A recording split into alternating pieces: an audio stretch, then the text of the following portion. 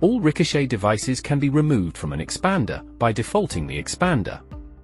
This allows you to reuse an expander on a different control panel or relearn devices. Enter the engineer code.